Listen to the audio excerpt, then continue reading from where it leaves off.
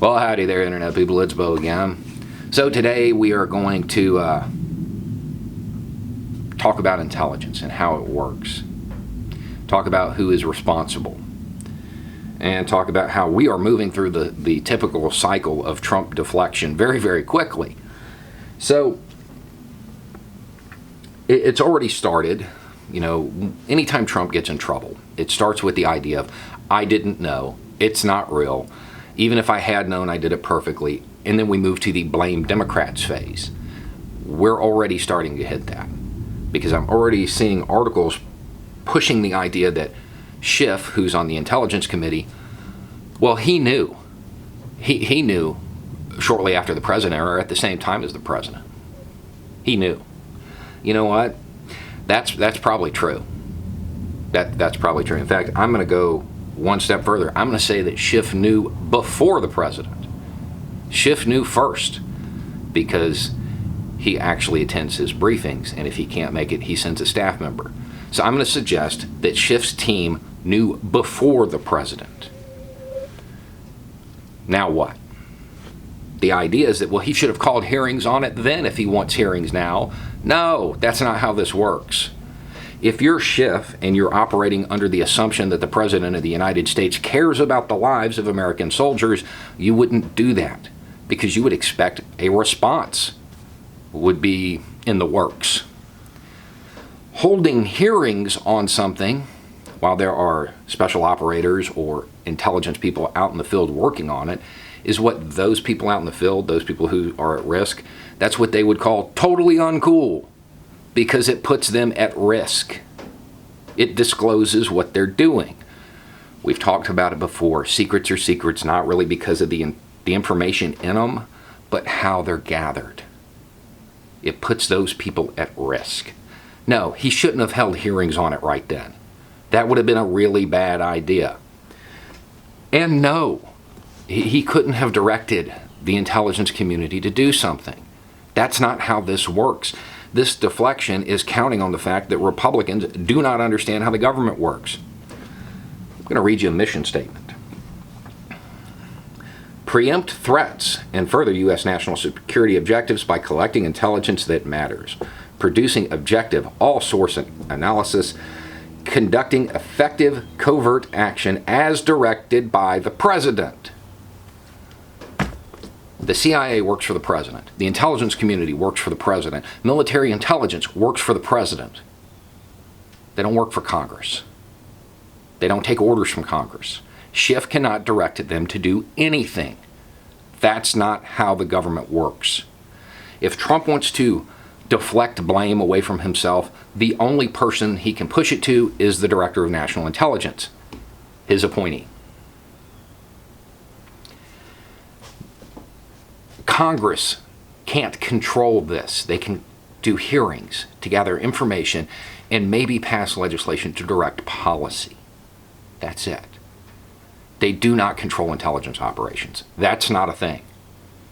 The attempt to deflect this to Schiff because he's a good target, even though there's a whole bunch of other people on the Intelligence Committee who would have been briefed on this at the same time. Or in the Senate. There's a whole bunch of people who would have got this information at the same time. They've chosen Schiff because he's already disliked by the base, so he makes a good scapegoat. That's it. He could have done nothing. There's nothing that he could have accomplished. He can't call up Langley and be like, hey, y'all need to handle this. They don't take orders from him. He can't call up the Pentagon and say, hey, you know your guys in the field are saying this happened? He can't do anything. The one thing that he could do is hold hearings, which would be really inadvisable because that would put the people in the field at risk. And Schiff, unlike the president, apparently cares about that. This is a horrible deflection. It's once again counting on the fact that Trump's base is ignorant. They're actually basing their talking points around the idea that his voters are too ignorant of how the government works to understand how silly these claims are. If you have missed it, everybody's confirming this now.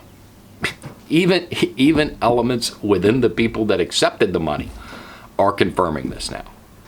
It's not unverified. That's not a thing.